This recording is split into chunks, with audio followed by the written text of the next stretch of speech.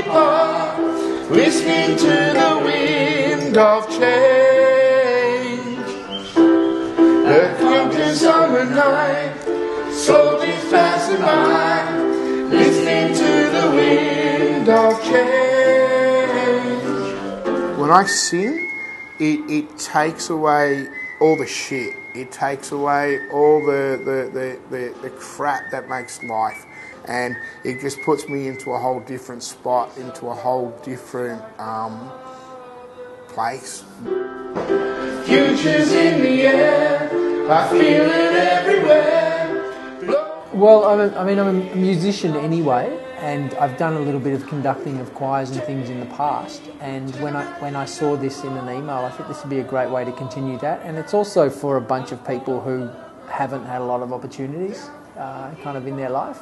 And so far, it's been a little bit up and down in terms of people coming, but when people are there, they generally have a great time.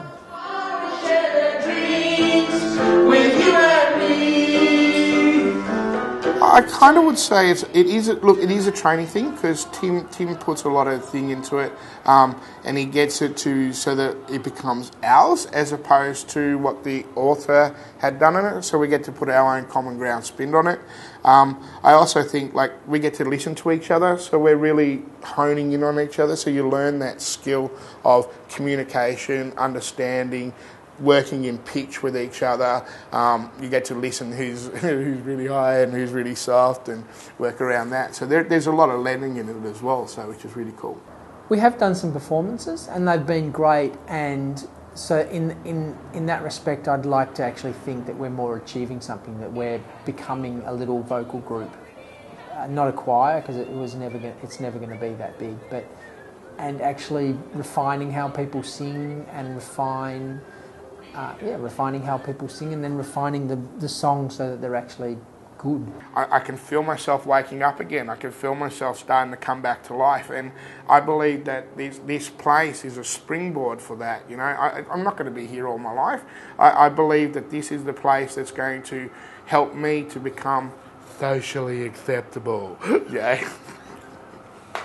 I can't sing, but I'm in the choir. I don't know why. I just went along one day and kept going, and now I'm in the choir. My home, my place, for you.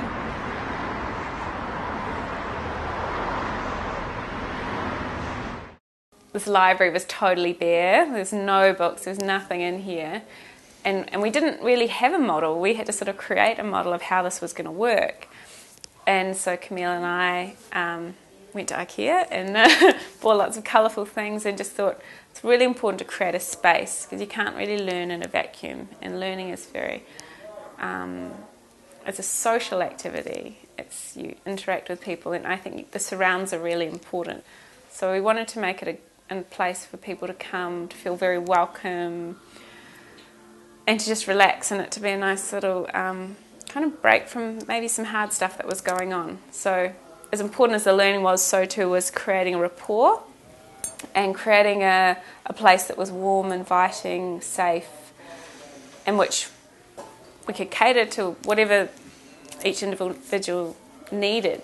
I know how to read and write pretty well, but I just got to learn a bit of mathematics, which is hard for me. I don't find that quite easy. Sometimes we can be in such a rush to push someone to where we want them to be, and to have all these great goals for them, and in our minds what they should be achieving.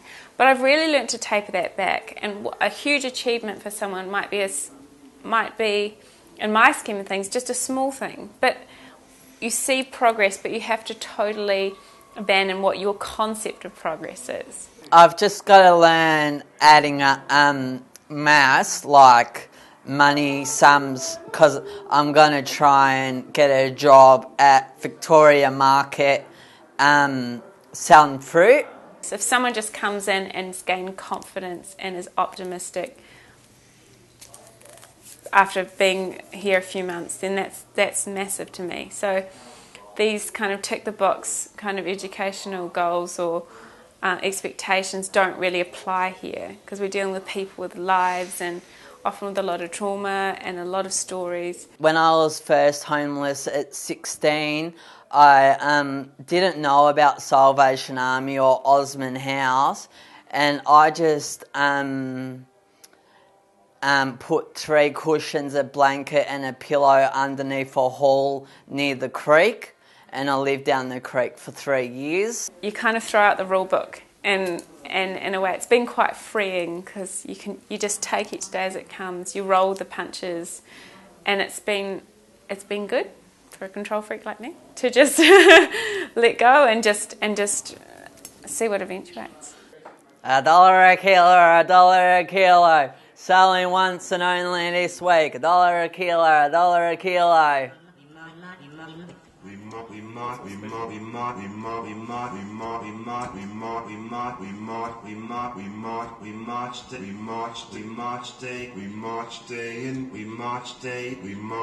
march day and night by the common ground tower. They run the plant, but we run the power. I do like getting people excited about, in particular, making their own media. To be able to get that soul inside that person to come out and say something in whatever form, and I guess in a new media, multimedia kind of way, is really exciting. It's a good way of working with what can be a really frustrating and actually a sterile medium too. My goals with CAE are just to gather information and learn new tricks and new spelling techniques and new ways to do media. Look, I'm not here to do everything in one shot. Here to learn slowly, and I'm just happy I can spell a couple more words. So yeah, well, that's what I think anyway.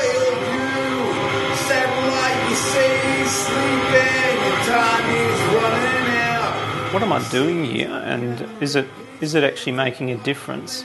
Am I prepared enough? And am I listening? What am I doing, sort of thing? That's been the personal challenge. And then, of course, just the frustration of, hey, I'm not getting the regular person in each week, or what's going to happen next week, and then there might be a completely different tangent that we might go off on, and just trying to keep up with what people want. And I suppose staying relevant. Now, Michelle, you may run out of thread, so to stop that agony, do you want to wind on a new bobbin? Sometimes you feel that you are a teacher here. Sometimes you do feel like you're teaching art and craft, or craft and design, and then sometimes you're also a mentor. So you can really turn it up, just a minimum hem, and just use your tape measure and measure it all the way around. So I would say a hem of about, say, 3 centimetres is nice and gives it a nice weight. It's been a liberating and mercurial experience, and quite,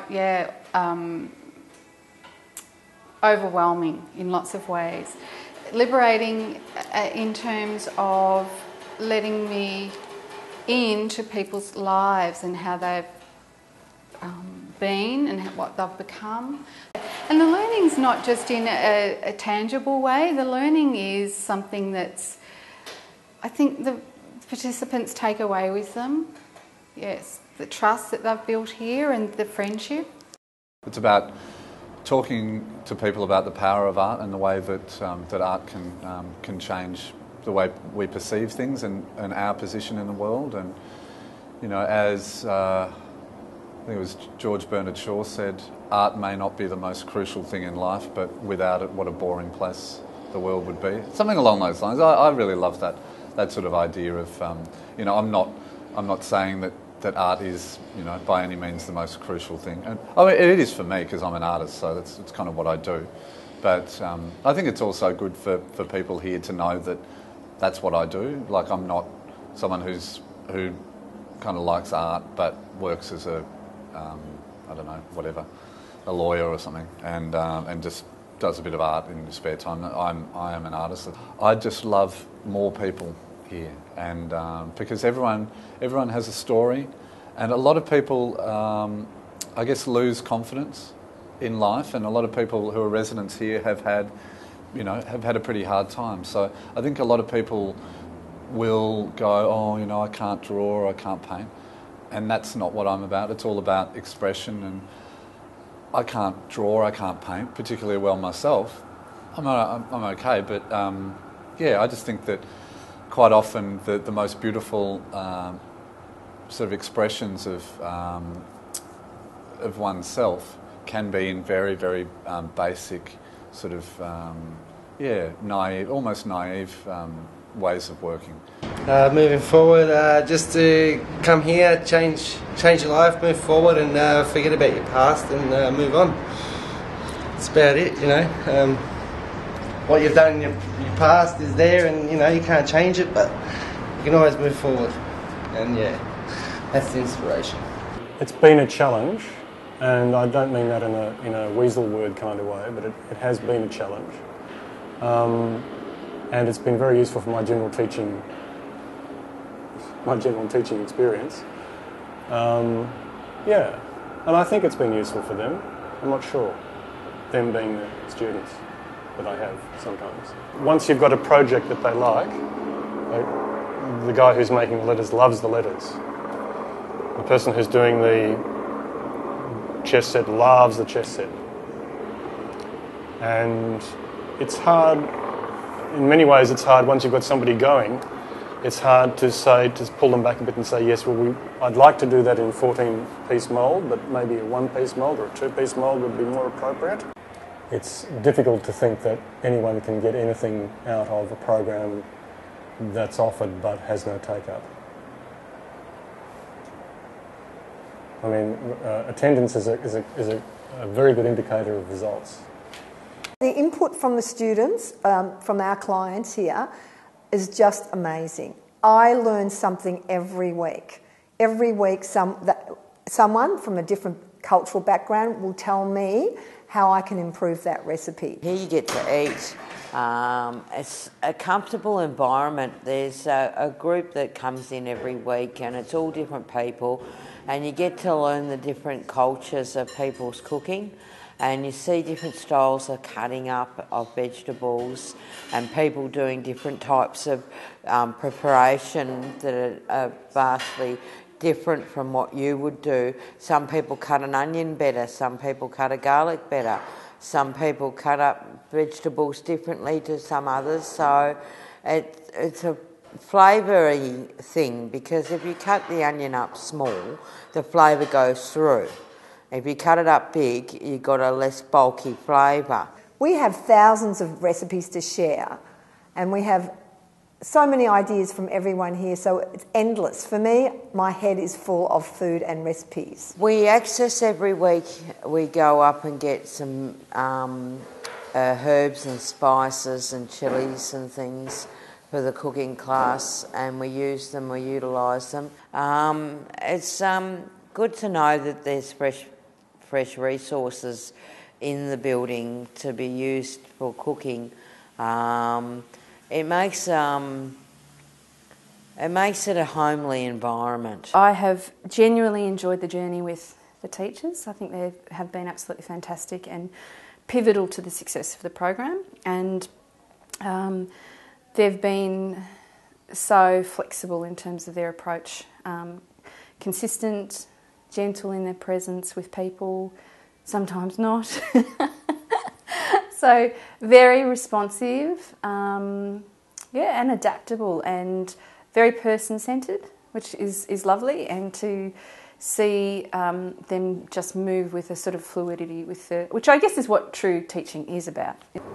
It's almost time to start now, if that makes sense. I think that we've learnt so much, and there's been so much that's changed because we started at the same time as Common Ground started, that a lot of the learning curve that's happened with establishing this really radical approach to housing, we've been part of as well. And so there's been all of this learning that's gone on this year. So it does feel to an extent like we're almost at ground zero now, and it would be really good to now take this to the next stage and really sort of take what we've learnt from this and start to really make it fit where this place is going next, where the people here are going next, and where we can potentially grow with the learners here.